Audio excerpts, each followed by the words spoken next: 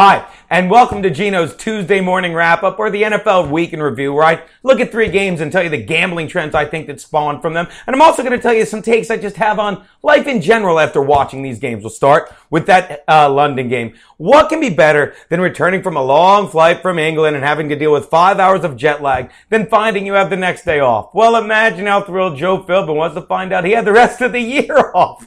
I'm kidding. Everybody saw that coming. It was inevitable. He had to go. Miami fans are relieved. And you got to be excited about their new coach, Dan Campbell, because he's a tight ends coach. And he has a bond with both the two units that need to improve for this team to make a quick turnaround. And I think they can. Now, don't get me wrong. No team that ever fired a coach in week 4 or probably before has ever made the postseason. And I don't think Miami does. And you know I don't think Miami does if you saw my AFC East preview. But I will tell you this.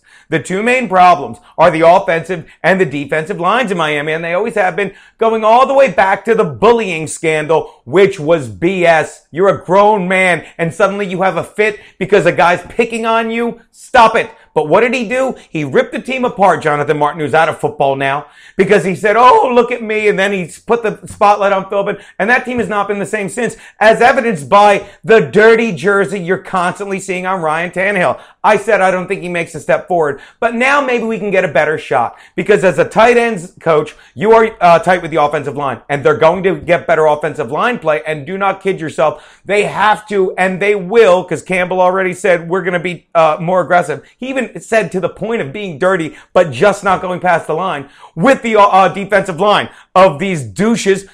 Cameron Wake, who I told you is probably playing angry because he has to look at Ndamukong Suh, who's making $116 million a year to do nothing. Do you realize, Suh, if you look at how many tackles he has, 10 and 0 sacks. And those are not the numbers you want to be impressed with. The only person that's impressed with Ndamukong Suh's numbers are his accountant, because he's averaging $11.6 million a tackle. Look for Campbell to get him to start playing better football, not just kicking guys like Alfred Morris and Ryan Fitzpatrick in the head. Meanwhile, Dolphins fans will be kicking themselves for thinking this team was going anywhere. Look for them to play tighter football. They're not going to turn it around, but they will be improved. Okay.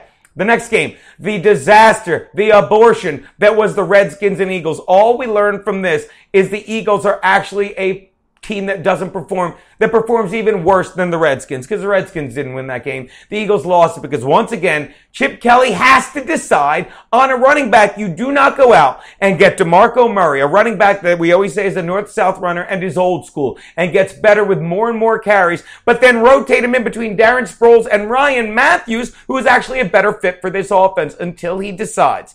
And he's got to go with Murray a little bit because he's paying him all that money. What's his name? Matthews is a better fit, but Murray is the man that he has to commit to or not. And until he commits to one of those running backs, the Eagles are going to keep doing what Murray is, and that's going sideways. Okay? And by the way, did you see Matthew McConaughey gave a pep talk to the Redskins before this game? Yeah. That must have been perfect. He felt right at home because he also played a head coach in the 2006 movie We Are Marshall. And in both that movie and the Redskins pregame, he was trying to motivate teams that played at a college level. The Redskins aren't much better, and I still like the Cowboys to win this division. Did you see?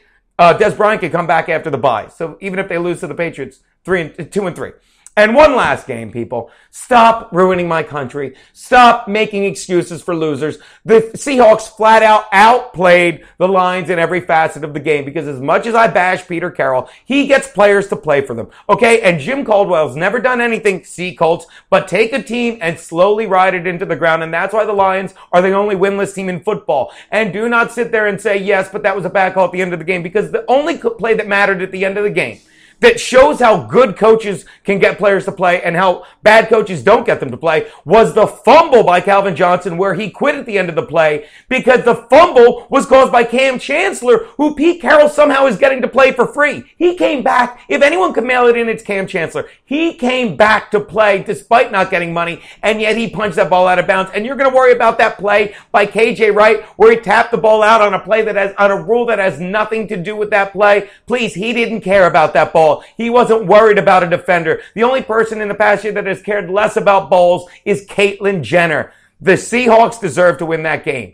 They're still not a good offense, but the Lions are a terrible team. Start dumping them in your fantasy league now. Those are Geno's takes. Week 4 NFL Wrap-Up.